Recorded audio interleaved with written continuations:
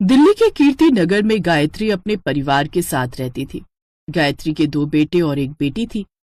गायत्री अपने बड़े बेटे विनोद की शादी शहर की लड़की अवनी से करवा देती है, जो दहेज में एसी लेकर आती है, जिससे गायत्री बड़ी खुश थी। लेकिन फिर एक रोज उसका छोटा बेटा मोहित गांव की लड़की सलोनी को अपने लिए पसंद कर लेता है और उससे शादी कर उसे घर ले आता है। फिर गायत्री और रामलाल को अपने बेटे की खुशी के लिए सलोनी को स्वीकार करना पड़ता है। अगले दिन सलोनी के कमरे के दरवाजे पर सुबह 5 बजे एक दस्तक होती है। जब सलोनी अपनी आधी अधूरी नींद में अपना दरवाजा खोलती है तो सामने उसकी सास खड़ी होती है। माँ जी, आप इतनी सुबह सुबह, सब ठीक तो है? मैं तुझे बस इतना बताने आई थी कि हमारे यहाँ खाना छत पर बनता है। धूप निकलने से पहले हम लोग छत पर नाश्ता कर लेते हैं, इसलिए अब जल्दी से तैयार हो जा। वैसे भी आज तेरी पहली रसोई है, फिर छत पर जाकर सबके लिए नाश्ता बना ले। हम लोग 6 बजे सब नाश्ते के लिए छत पर पहुंच जाएंगे। गायत्री ऐसे कहकर वहां से चली जाती है और फिर जल्दी से सलोनी तैयार होती है और छत पर रसोई का सामान लेकर चली जाती है। सुबह 5 बजे का समय था, जहां छत पर हल्का हल्का अंधेरा छाया हुआ था। तभी सलोनी अपने मन में सोचती है, छत पर कितना अंधेरा हो रहा है, यहाँ तो कुछ दिखाई भी नहीं दे रहा। खुद के ससुराल की छत इतनी डरावनी लग रही है कि अपनी ससुराल में डर लग रहा है। सलोनी जल्दी से सबके लिए चूल्हे पर नाश्ता बनाती है और सभी लोग 6 बजने से पहले ही नाश्ता करने छत पर आ जाते हैं। फिर सलोनी सबकी थाली में चाय, आलू के पराठे और खीर परोसती है। तभी रामलाल कहता है, वैसे कुछ भी कहो, बहू ने खीर बहुत स्वादिष्ट बनाई है। हाँ भाभी, ये आलू के पराठे भी आपने बहुत स्वादिष्ट बनाए हैं। सलोनी को सभी के मुंह से अपनी तारीफ सुनकर अच्छा लगता है। सब लोग नाश्ते के लिए छत पर आ गए, लेकिन जेठानी जी अभी तक नहीं आई। मैं उनको बुला कर लाती हूँ। सलोनी की बात सुनकर गायत्री कहती है, कोई जरूरत नहीं है तुम्हें अभी बहू को उठाने की। वो इस समय अपने एसी वाले कमरे में सो रही है। थोड़ी देर बाद जब वो उठ जाएगी तो उसका नाश्ता उसके कमरे में देकर आ जाना। और हाँ सुनो, ठंडा नाश्ता ले जाने की कोई जरूरत नहीं है, गरम करके ले जाना। नाश्ता करके घर के सभी लोग अपने अपने कामों पर चले जाते हैं और सुबह के 10 बजे जब घर की बड़ी बहू अवनी सोकर उठती है, सलोनी अपनी सास के कहने पर धूप में छत पर जाती है और गर्मा गर्म नाश्ता तैयार करके अवनी के कमरे में ले आती है, जहां सलोनी देखती है कि उसकी जेठानी एसी की हवा में बेड पर लेटकर फोन चला रही होती है, जिसे देखकर सलोनी कहती है, भाभी आपने तो अपने कमरे को बिल्कुल कश्मीर बना रखा है। इतनी तेज एसी कौन चलाता है? मुझे तो बड़ी तेज ठंड लग रही है।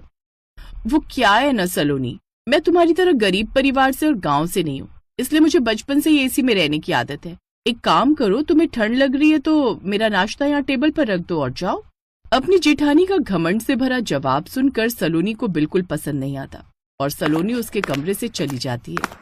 फिर दिन का खाना और फिर शाम होते ही रात का खाना बनाने के लिए जब सलोनी छत पर जाती है तो मन ही मन कहती है, बाप रे बाप, पूरी छत धूप के कारण आग का गोला बनी पड़ी है। अब इतनी गर्मी में खाना कैसे बनाओगी? पर माँ जी ने कहा है तो बनाना तो पड़ेगा ही। थोड़ी देर में सलोनी गर्मी की उमस में खाना बनाकर तैयार कर देती है। कितनी गर्मी हो रही है, ऊपर से ये चूल्हे की आंच, हाय रे मर गई मैं तो। थोड़ी देर बाद सब खाना खाने छत पर आ जाते हैं और फिर सभी लोग खाना खाने लगते हैं। तभी सलोनी अवनी से कहती है, भाभी जरा आप मेरे साथ ये जूठे बर्तन रसोई में रखवा दीजिए। क्या कहा तुमने मुझे? मैं जूठे बर्तन उठाकर रसोई में रखवा दूं? एक बात कान खोलकर सुन लो, ये सारे काम तुम्हारे हैं, मेरे नहीं। भाभी आप इस तरह से मुझसे क्यों बात कर रही हो? जिस तरह से आप इस घर की बहू हैं, उसी तरह मैं भी तो इस घर की बहू हूँ। तभी गायत्री गुस्से में कहती है, घर का कोई भी काम अवनी बहू नहीं करेगी, क्योंकि वो तुम्हारी तरह गरीब घर से नहीं आई है। अपने साथ बहुत सारा दहेज लेकर आई है, तेरी तरह खाली हाथ हिलाकर नहीं आई है। तुम जाओ अवनी बहू, अपने एसी वाले कमरे में आराम करो। देखो तुम्हें कितने पसीने आ रहे हैं। और तू जल्दी से जाकर सारे बर्तन धो ले, उसके बाद हमारे लिए ठंडा सा चिल्ड सा नींबू पानी बना।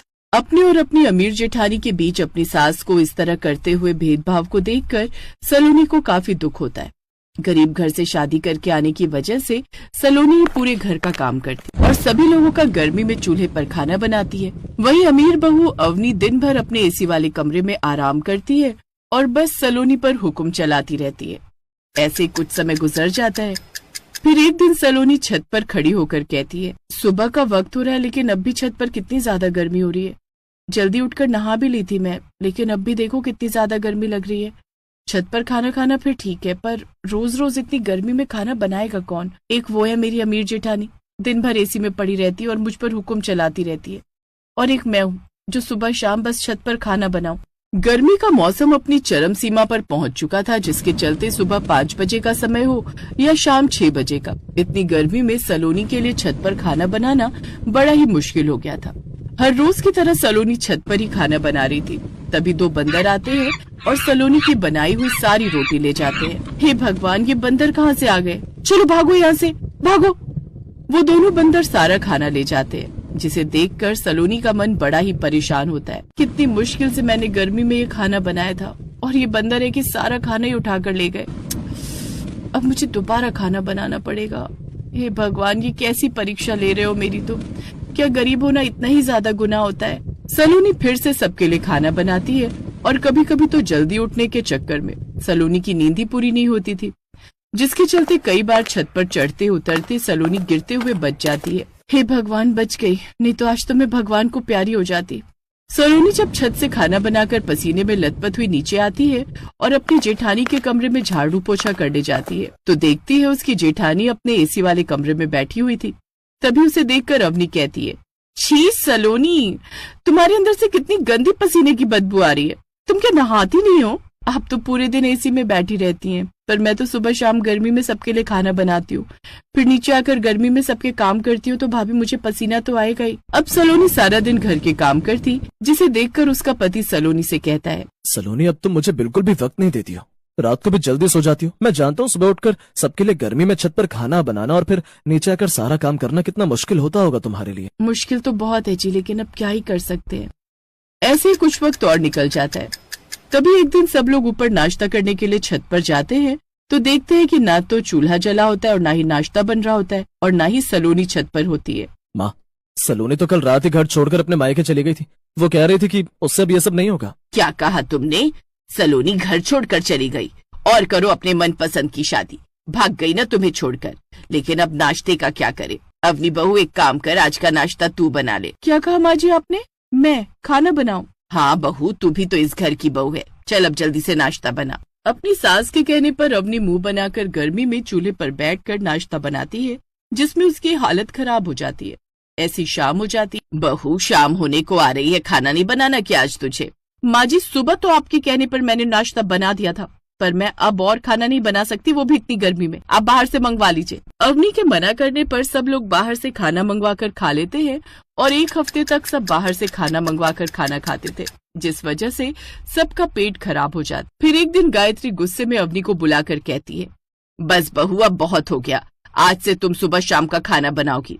माँ जी, आपका दिमाग तो खराब नहीं हो गया है? मैं खाना नहीं बनाऊंगी, समझी? सुन लिया माँ भाभी का जवाब। दरअसल सलोनी को उसके मायके मैंने भेजा था, ताकि आप लोगों को सलोनी की अहमियत पता लग सके। हमेशा आपकी बात मानी और दिन रात धूप में खाना बनाया। भाभी पूरे दिन एसी चलाकर अपने कमरे में रहती थी, तो वही भाभी एक दिन ढंग से खाना भी नहीं बना सकी। तभी गायत्री को अपनी गलती का एहसास होता है। सही कह रहे हो तुम मोहित बेटे। अवनी बहू, अगर तुम्हें एसी में ही रहकर आराम करना है तो अपने मायके में जाकर करना। मुझे माफ कर दो सलोनी बहू, ना जाने तुम्हें क्या कुछ नहीं कहा। पैसों के चक्कर में मैं इतनी अंधी हो गई थी। मैंने हमेशा अपनी दोनों बहुओं में भेदभाव किया। ये सुनकर अवनी घबरा जाती है और सलोनी से माफी मांगती है।